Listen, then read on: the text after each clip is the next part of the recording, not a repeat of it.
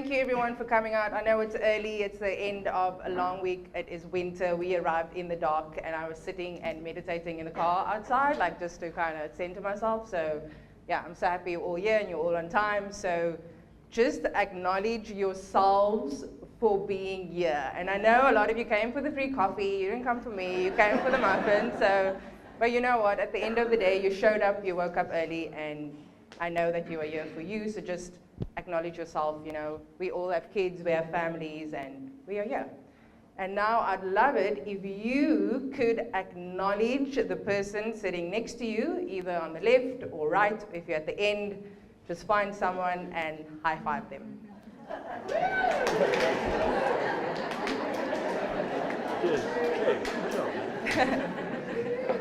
Perfect, I love that. So I've been based in New York City for the last 4 years, and I actually go to a lot of the Creative Morning events in New York City because that's where it started. And it's amazing to be on the other side and to be back in my hometown. It's just so special because I'm proudly South African.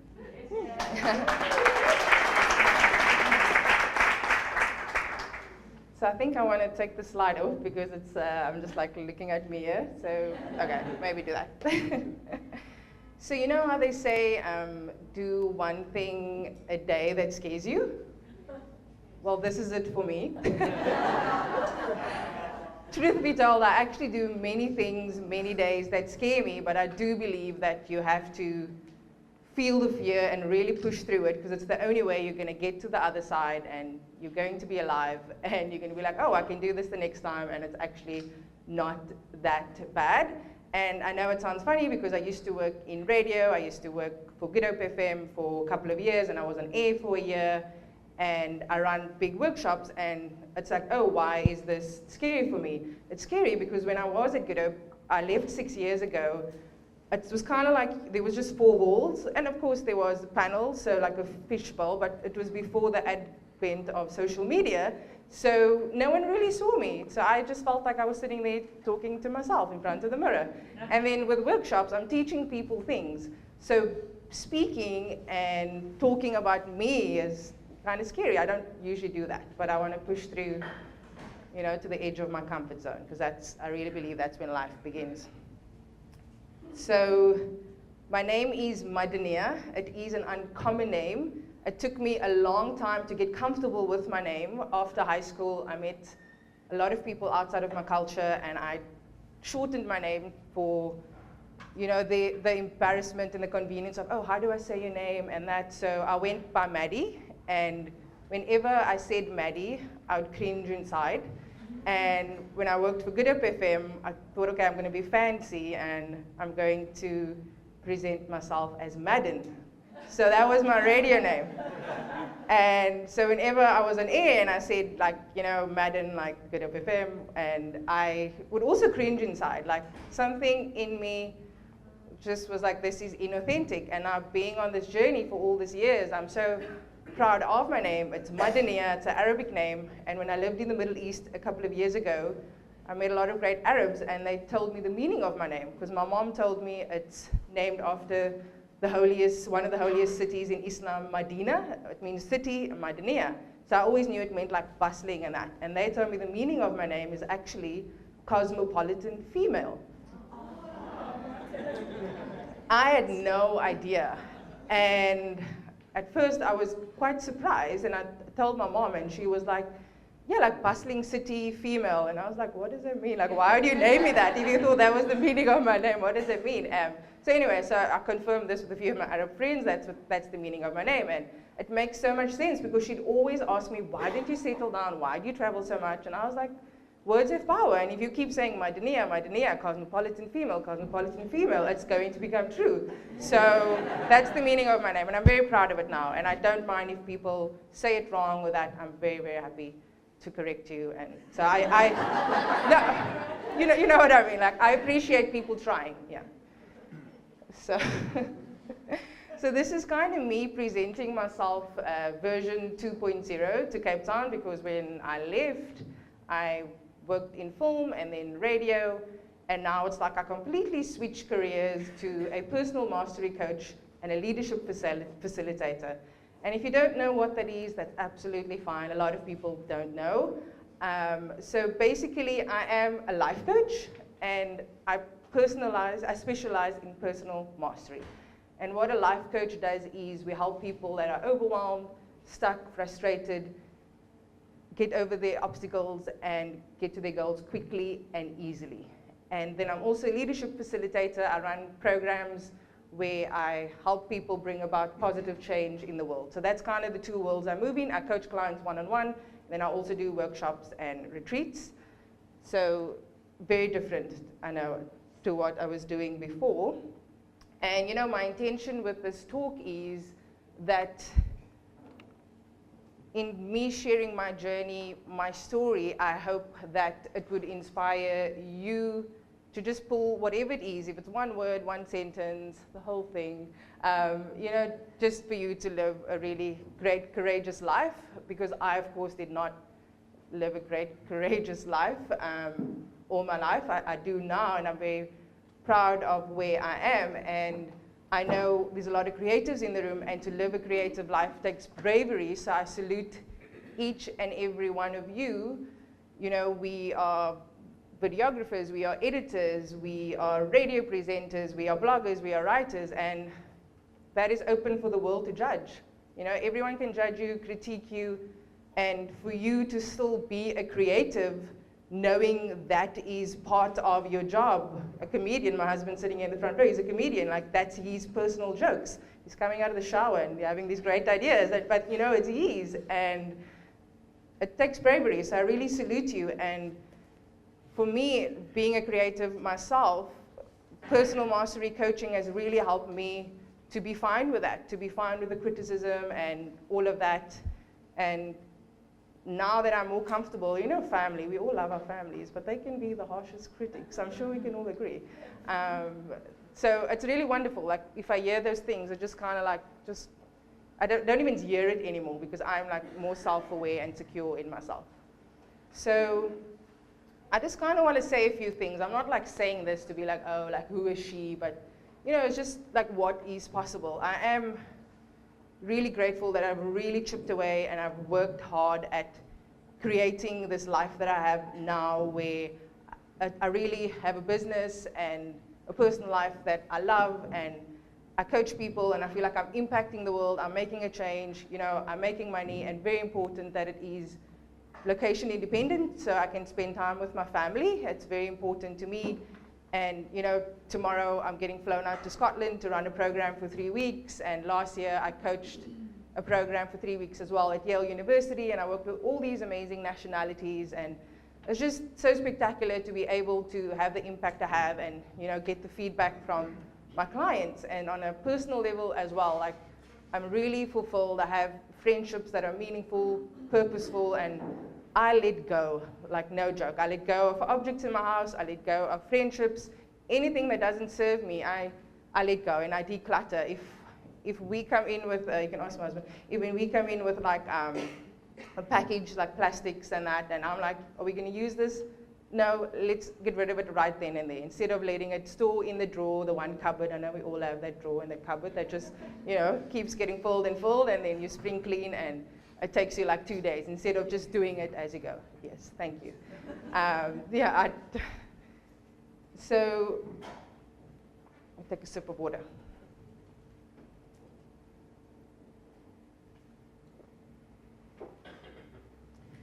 So in my personal life as well, like it's really wonderful. Like, you know, in New York, everyone says, oh, it's so hard to date. It's really hard to meet, you know, someone, Tinder, Grindr, Uber driver. And true story, you hear these stories. Yeah, alone in the car with the driver, things can happen. But you feel safe because, you know, the app. So people, yeah, that's an idea, yeah. So I landed a couple of years ago on a 2-week family vacation, and I literally met a guy a couple of hours after I landed, totally by chance, random, you know, not at all planned. And these kind of things always happens to me. And a year after that, we had a whirlwind year-long romance. He proposed to me via Skype. and because I was in South Africa. So, you know, and it's just been really great. And people always ask me, I get this all the time, like probably for the last 7+ years, why am I so lucky? You are so inspiring. And I would never ever know how to answer that because I felt so, you know, like on the spot, like, what do you mean I'm inspiring? They're like, oh yeah, you do all these things. And I'm like, what things? You know, like, he told you he loved you on the red steps in Times Square and all these things. And I was like, but that's just my life. I'm living my life, you know. And if people are inspired by that, that is great. But I'm not doing it to get a reaction or, you know, to put it on my Facebook status, nothing like that. And whenever people ask me why am I so lucky, last year I really like thought about it. Why does it bother me so much? And it bothers me so much, firstly, because it seems like they can't be as lucky, that I'm the chosen one, that things just randomly happen to me. So that's probably also frustrating for me because it seems like, you know, I'm just like walking in the street and like, you know, people are running up to me, giving me things and that. It does happen sometimes, but like, you know, but most of the time, like, it doesn't happen that way. So, and I really try to think about my processes. I say processes now, because when I say processes, people didn't understand me in New York. So I say processes, and I say restroom now. I don't say bathroom or toilet. I say restroom. So I was really thinking about how do I do this and like breaking it down.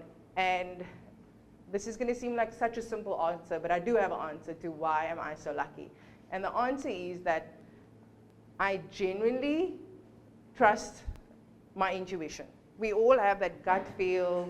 We all kind of know when we shouldn't do something. We shouldn't date this person, but we are, you know, we actually shouldn't accept this job. This is not going to make us happy, but, you know, it's going to pay the bills. But, you know, we all have that intuition, that feeling. And whenever I would now tell people, that would be my answer. Oh, I trust my intuition. And it would be like a blank stare.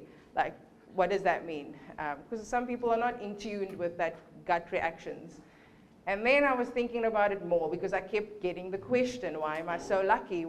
And I realized it's not that I just trust my intuition. I actually am brave enough. You know, I say that proudly. I am brave enough because it takes courage to live this life, to follow through on any type. Is that Joy? Oh, sorry. I thought you were my friend, Joy. I have I follow it, like, no matter what. Like, even if it's really, really tough, like leaving Good Hope, like my whole gut, my heart was like, you have to go, your time is up, there's more for you. And you would think like, oh, that is the pinnacle of your career, like, you know, being at a big radio station. And so, yeah, I just feel like it's just brave to follow that. Like, even things like traveling with my family, I would just know, like, okay, I need to book a flight before, it's a long journey, I need my alone time, and then something spectacular, magical will happen when I arrive. I wouldn't set my intention, but that's what would happen. So I just feel that I follow the dots, even if it makes no sense, because I promise you, it makes no sense. That is the brave part. It's for you to connect the dots. And I guarantee that the dots always connect when you look back. You're like, oh, wow, like that had to happen like this, so that could happen, and wow, like the universe is amazing.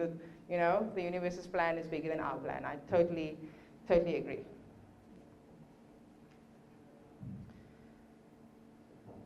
And also, do you guys know about Escape the City? Okay. So Escape the City started out a couple of years ago as a newsletter for about like 10 like really amazing social change entrepreneurship jobs. And a lot of people would apply for the jobs, and like it's like a contract, like maybe like 3 months in North Africa doing like amazing change work. And they realize that people actually are very unhappy in their jobs, and now they're coming back after this 3-month stint, and they actually want to just live a bigger, meaningful, and more purposeful life. So they created a 12-week accelerated change program for people that are unhappy in their lives and basically shorten the gap to create meaningful work. And of course, getting paid, that is very important, especially as a creative. I'm sure you all know that. And yeah, because a lot of time as a creative, you know, it's like, oh, exposure, you know, it's great exposure for you. Like, we'll put your name, like, yeah, in the social media poster, how amazing, you'll have it as a souvenir. Yeah, I know that life, I know it. So they asked me to be an accountability coach on the Accelerator program in New York a couple of months ago. And so they literally teach people how to have a mindset, kind of priming you to find great opportunities and, like, you know, personal development and also very practical things. And so I also, like, absorbed some of the things, although I was, you know, a coach. And the slide that came up was the DNA of a 21st century hustler. And I was like, whoa, where am I now? What type of escaping the city is this?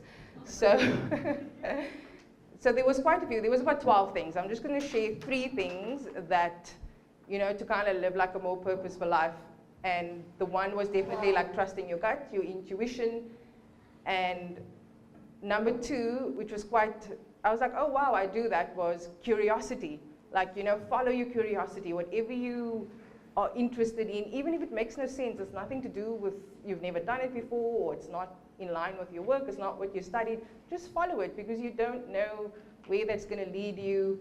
And then another big one that jumped out at me was treating life as an experiment. And they were saying all these things, and I was like, wow, that is how I live my life. So am I a 21st century hustler? I never thought of it that way. I just kept saying, I trust my intuition. I didn't know how to explain it to people. So that for me was the big ones, like treating everything as an experiment. If it doesn't work out, you know, what great lesson did you learn from that? Like, nothing is failure. I absolutely believe that. So that for me really jumped out. And I also want to mention, because it is very important to hear this part, you know, it's not only the glorified version and, oh, you're doing all this stuff. Like, it's very important that we get real and, you know, treat ourselves as holistic humans. I started out in very humble beginnings. My parents are from the greater Athlone area. Do you all know his Golden Dish?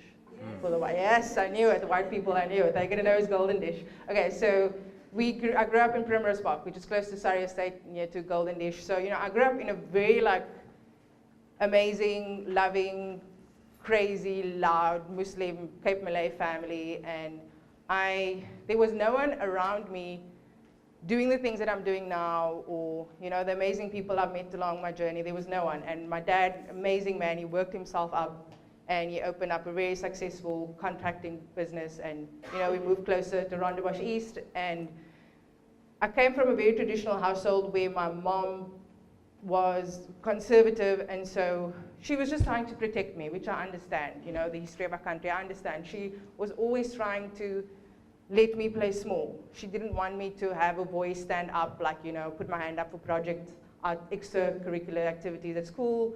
She was always kind of trying to protect me, like, you know, don't be seen, don't be heard. And here am I, since the age of 8 years old, all I wanted to do was be a radio DJ. I listened to Good Hope FM, and, like, back then, you know, the Vanilla Thriller, Graham White?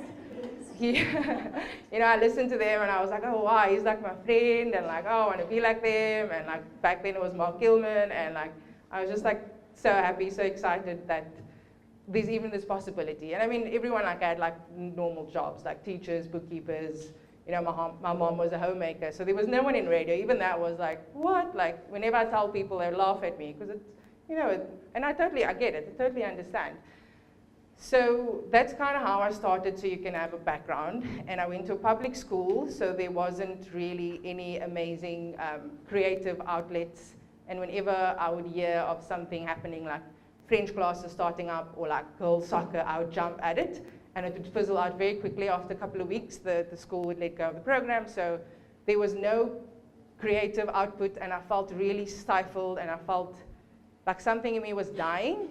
But I couldn't articulate it. Of course, in hindsight now, in doing the work I do, I can totally analyze what was happening. But I was just, like, moody, and I was a very angry teenager.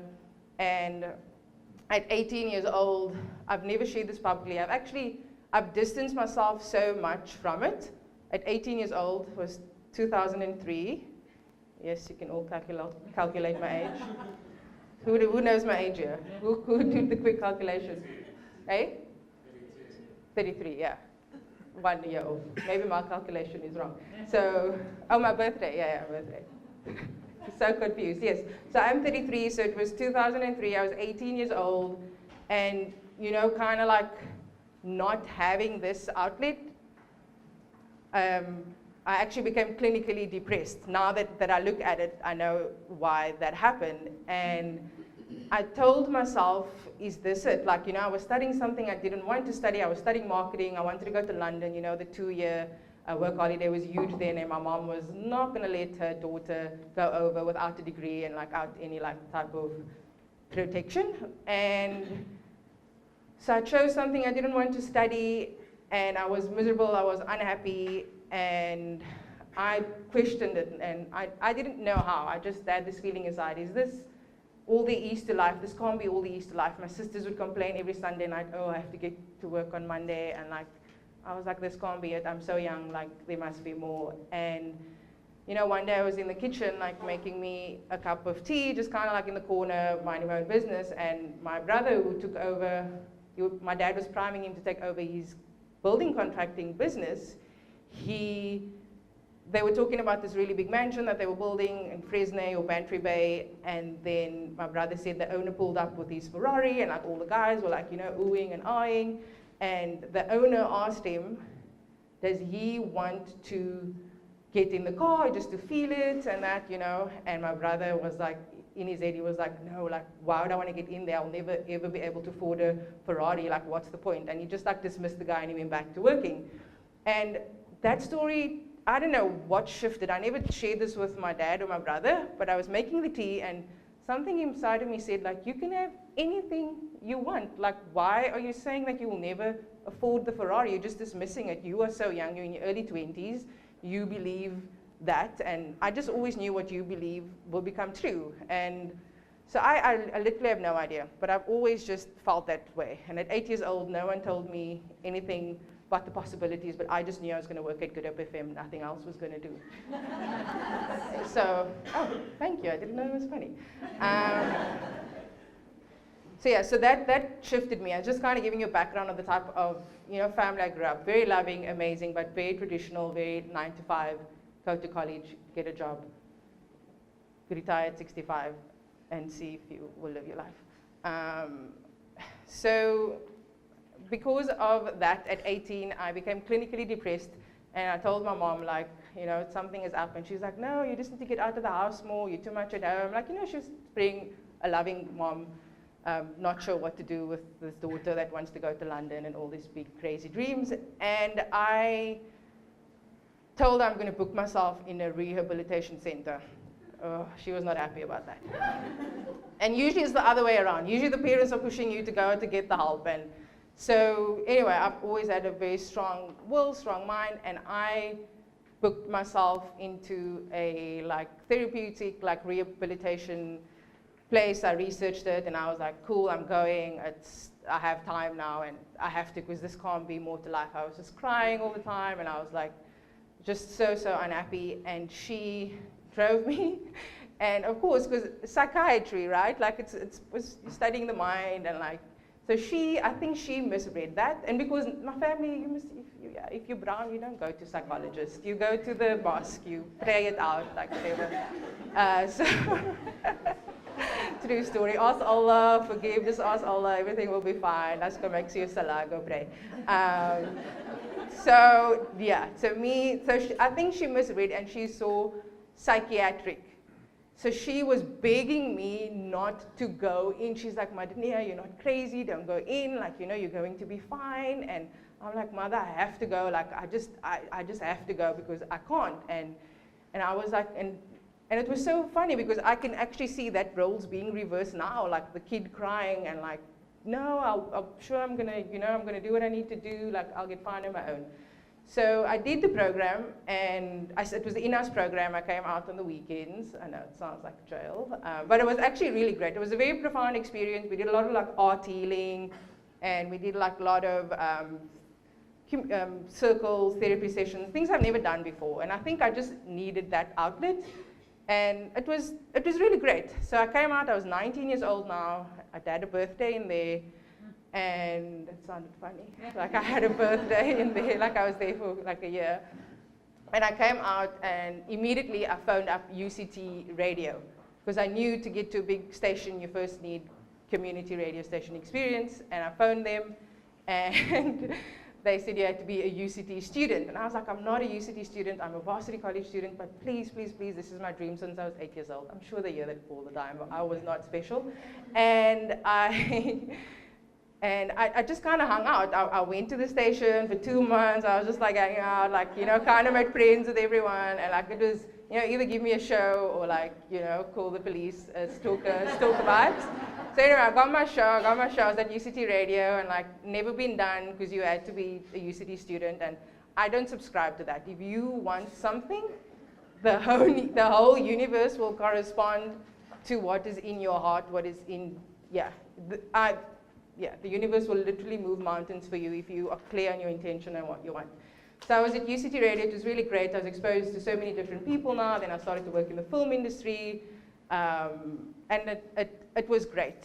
And I was still like sad sometimes, but that went away. After like 2 years, I felt like, cool, I'm great, I'm alive, I'm creative, I'm doing things that are meaningful. And at 24 years old, actually through a film job, I got a break at Good Hope FM, and I started out as a technical producer. So when they had outside broadcasts, I would be the one in studio controlling the sound, and yeah, so it was really great. And then I got a show from there. I was on air for about a year, and I did a lot of behind the scenes work. That was the bulk of my work. That's why a lot of people don't know Madden. So I was only on air for a year. But it was great. Like I reached the dream, and it was so interesting for me, because when I reached it, I really thought that now I'm going to feel calm, I'm going to feel happy, I'm going to feel serene, like this is it, I've reached it, my life can end now, I'll be so happy. And the problems just started. Because a lot of times, like, we want something so much, and we don't think of the negative consequences that are attached to our goals and our dreams. And it's a real thing in the work that I do. Like, you know, people would say, oh, they really want like whatever, 2 million rand a year, $1 million a year. And okay, great, now you get that. I work with them and they get that. And then there's all these consequences to it. Now their family is maybe going to want more money. Their friendship circles, the friends are going to feel inferior because they're not making that amount of money. So there's all these consequences with your dreams. It's a real thing. So we work on that to get them to their goal without all the emotional baggage. So that's pretty much what happened to me. I reached my goal, and all the consequences that came with it was me feeling inferior. You know, I was working with like people I was growing up listening to as a young girl, if I can call the beautiful Sugar out, who's right there. Sorry, I don't mean to call you out. Like, you know, like radio legends. And it was really, yeah, I was very insecure, like leaving the studio and they were coming in, or vice versa, because we all shared the same studio. And I felt so nervous all the time whenever the mic would go on, because I didn't find my voice. I didn't know who I was. I may have been more like happier now, not depressed, but I definitely did not have my voice. So, and that came through, you know, because I was like tripping over my words, and like whenever I'd make a mistake, I wouldn't like laugh. Like now, like I'm so comfortable, like I was like, oh my God, like they're gonna fire me, like, and just like, just always on my head. And then my friend went away for a week, and she came back, and I was like, where did you go? Because her face just looked beautiful, shining. And she said, I went away for a week to learn about myself. And I had no idea what that meant, but something inside of me again, that intuition, that spark was like, I need to go, follow that curiosity.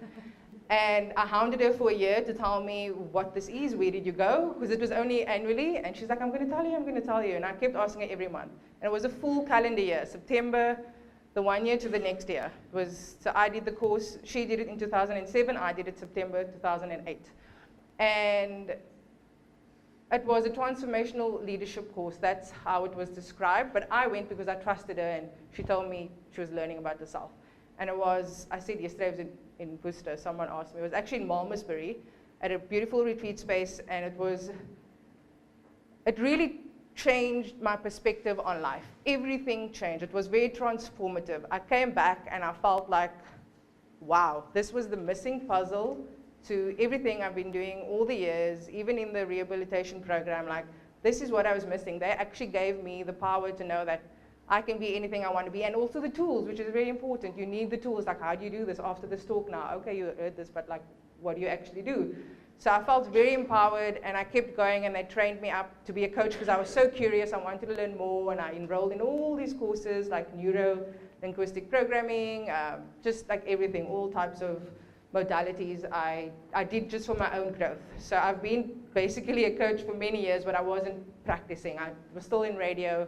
And as you can imagine, like going on all these retreats with them to Italy and like London, learning about this work, getting even more deep, more meaningful about yourself, and coming back and, you know, be live on the beach, Good Up FM in your bikinis, or live from the club. There was just a big disconnect, and this sound to serve became louder and louder. And I was like, whoa, I thought I was going to be a radio DJ my whole life, and I kind of was like just shaken up because I did this I did not expect on my life's plan. Like, and I had no idea what a coach was prior to 2008. I had no idea that this type of work even existed.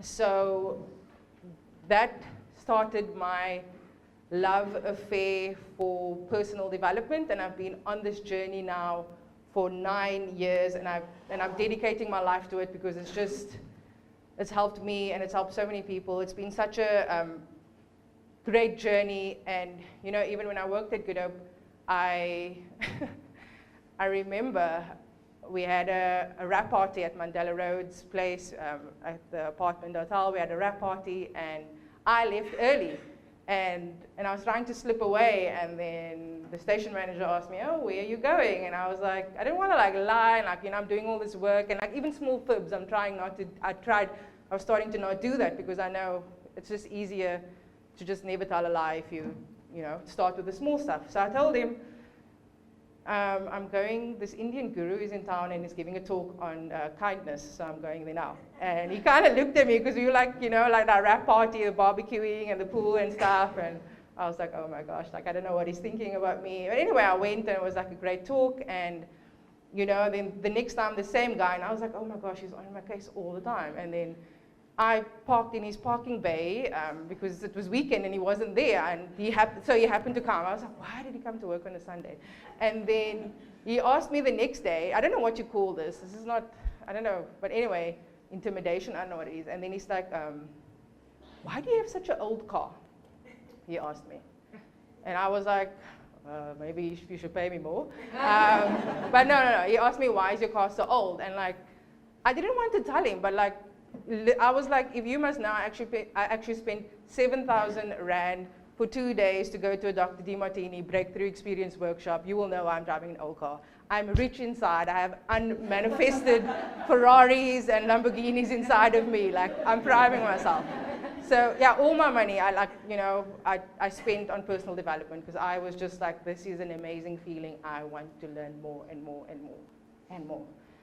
So I'm very grateful that now this is my work, and I have organically been drawn to it. And moving to New York, I actually didn't know what I was going to do 4 years ago. Just kind of on a whim, never expected, of course, to meet someone. And it's just been a really great journey. I've worked with people now from over 70 nationalities, and everyone is the same. Everyone wants the same thing, and we all have the same fears and the same hopes. So I'm confident to work with anyone.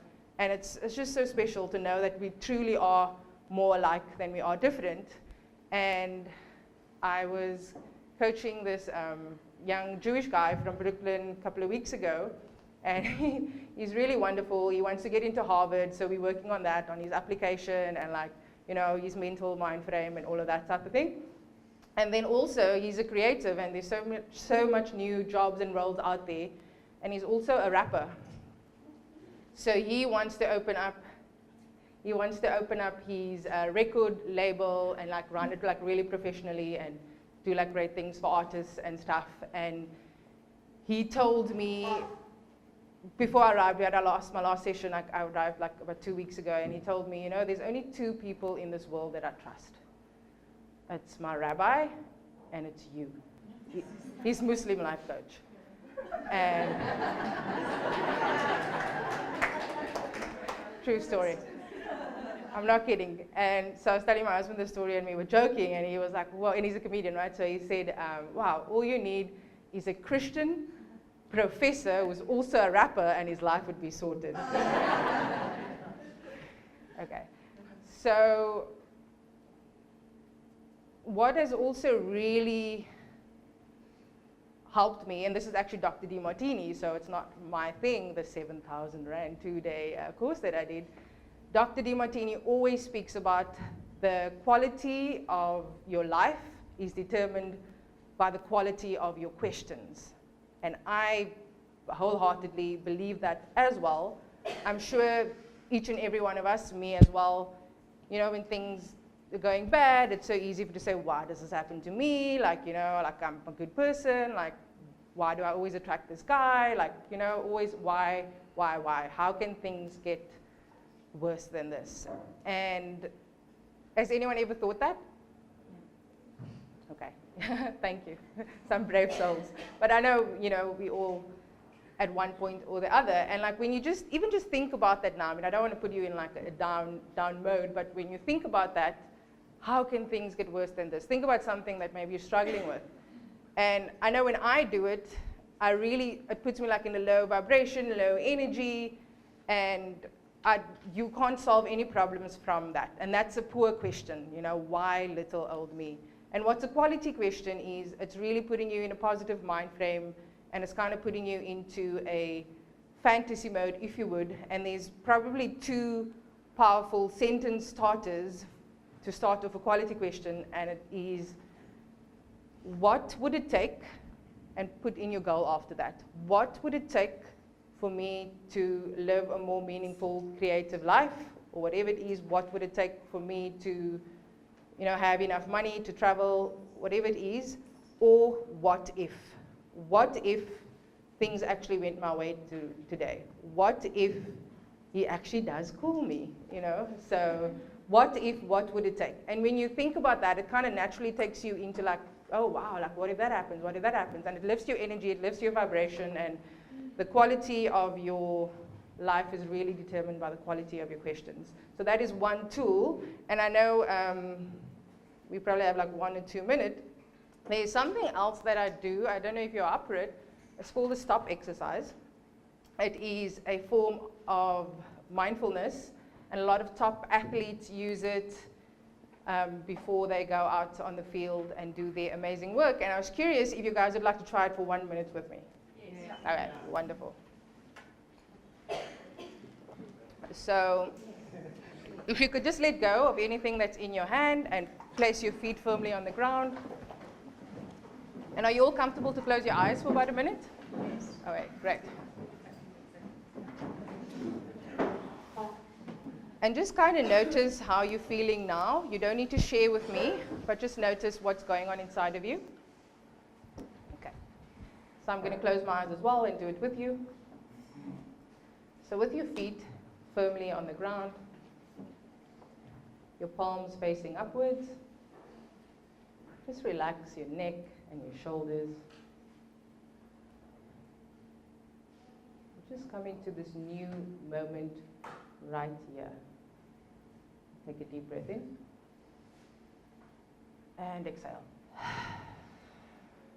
We're going to do it 2 more times. Take a big deep breath in and release. 1 more. Take a big deep breath in and release. Let all the excitement of before this come to a rest, and whatever needs to happen outside of this will happen. But right now, you're here, you're present in this moment. You're at Creative Mornings, you have people around you. The coffee machine is going in the background, and Just connect with the taste in your mouth. Just you had something to drink or eat. Just notice what it tastes like.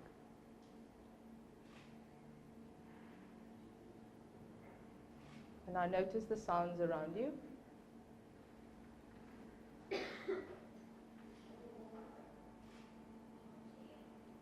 Now I'd like for you to stretch your hearing to the furthest sound that you can hear.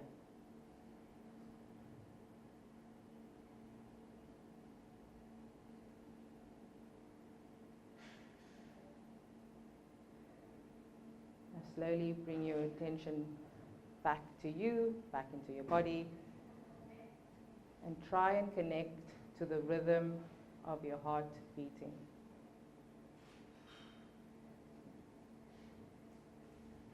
And in the silence of your own mind, set your intention for how you'd like the rest of your day to be, and start it out with a quality question starter. What if, what would it take?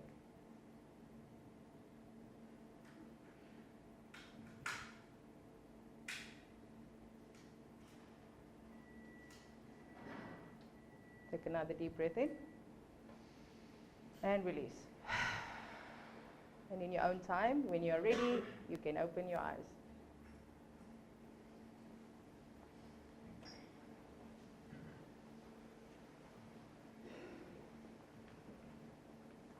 Can I hear from two people? How are you feeling now compared to before?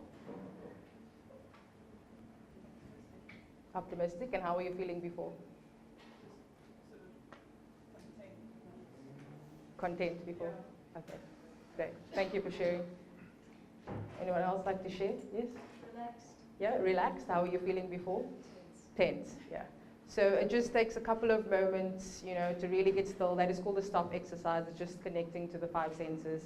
And with the quality questions also, our job is not to find the answer. It's just to be in that curiosity of asking it and see what naturally pops up. In the middle of the night, you may be woken up with the answer, or in the shower, when you're doing exercises like this, when your mind is still, when you're running, jogging, yoga, whatever still in your mind looks like to you. And I want to leave you with this, to create a courageous life that you love. It takes bravery. And my quality question that I would love to ask you and for you to just ponder for the rest of the day is, what would it take for you to own your future? Thank you.